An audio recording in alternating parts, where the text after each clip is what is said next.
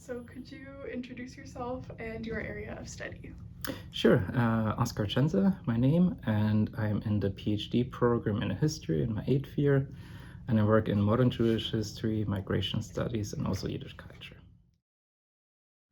It had like a reputation nationwide, also internationally. And I was looking into potential advisors, and I found Professor Auerbach, who's doing Polish Jewish history. And I also met with the director of the Center for Jewish Studies, the Carolina Center for Jewish Studies back then, Ruth von Bernhoef, and we had a very nice conversation, and it just became clear that this would be an excellent academic home for me. He gave me 1 year at arrival of just adjusting. Also, I'm originally from Germany, as you can hear with my accent.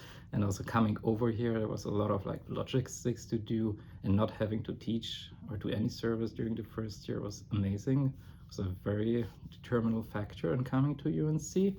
And also, most importantly, the 5th year of free funding, which gives me time to write my dissertation after conducting all archival research.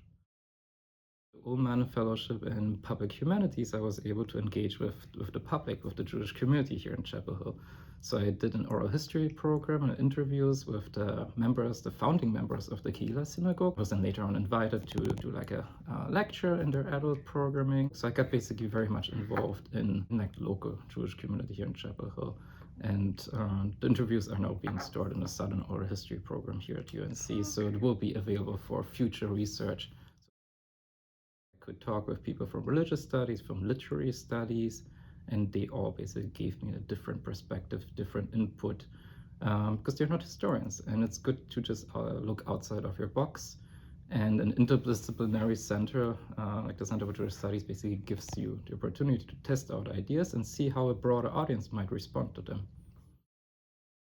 It was on Jewish material culture in like 2018, the symposium that was conducted at the North Carolina Museum of Art. That just left a huge impression on me. Oh, because like there was so much international faculty coming here, people that I knew from titles of articles I've read or from books, and suddenly I see them in person. It was wonderfully organized, and I just learned many things about material culture I have not known before.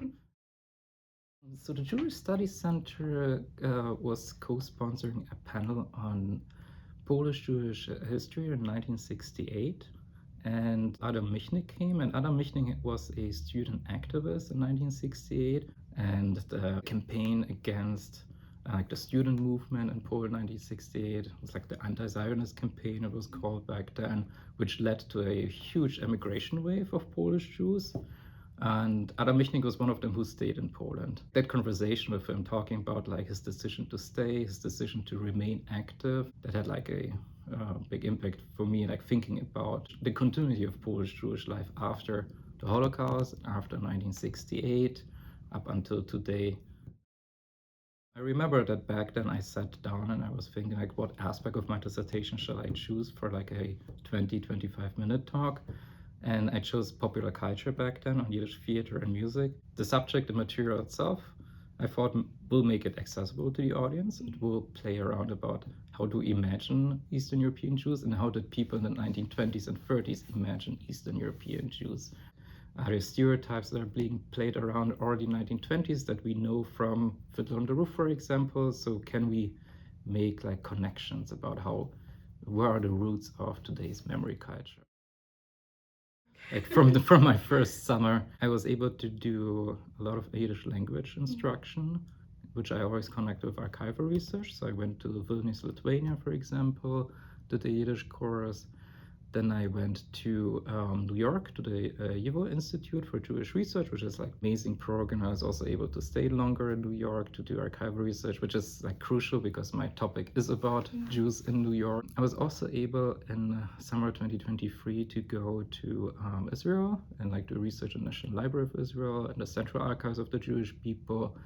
And it was also my first time in Israel, and it was just great to also see that country. And I also were able to go to Ukraine, to Lviv, so the historic region that I'm focusing on. Habsburg Galicia is today divided between southeastern Poland and western Ukraine. And the capital of that region was Lviv, Lemberg it was called back in the Habsburg Empire. So I was able to go to Lviv and see the capital of the imagined region that I'm working on.